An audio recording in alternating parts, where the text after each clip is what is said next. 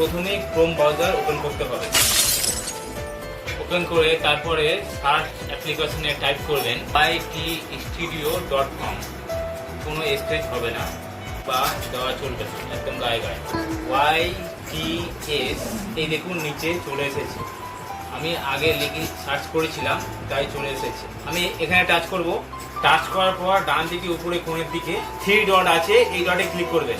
Click করার পর নিচে ডেস্কটপ সাইটটা অন করে দিতে হবে বা টিক করে দিতে হবে। তারপর এই যে নিচে দেখতে পাচ্ছেন লগইন, এই লগইনে টাচ করতে হবে। তারপর দেখুন এই যে ড্যাশবোর্ড খুলে গেল বা শো করবে। এবার জুম করে বাঁ সাইডে নিচে কোণের দিকে সেটিং অপশন আছে, এই যে দেখতে পাচ্ছেন, এখানে ক্লিক করবেন। ক্লিক করার পর সেটিং অপশনটা খুলে এসেছে।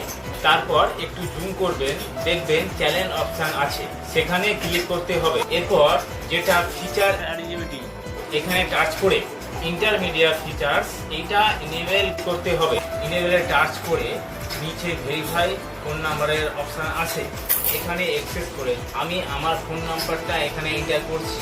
এখানে ইন্ডিয়া কান্ট্রি সেট করে আমি আমার মোবাইল নাম্বারটা এন্টার করে দিয়েছি। তারপর এই নাম্বারে একটা ওটিপি যাবে, সেটা পেস্ট করে দিতে হবে, আমি দিয়ে দিয়েছি।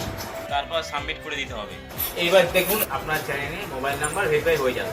এবার ধরুন আপনার ইউটিউব চ্যানেলে সেটিংসে ফোন নাম্বার কি ভেরিফিকেশন সংক্রান্ত কোনো সমস্যা দেখা দেয়, সেটি কিভাবে সমাধান করবেন, এই বিষয়টি নিয়ে একদম সহজ উপায়ে আমি একটি ভিডিও বানিয়েছি।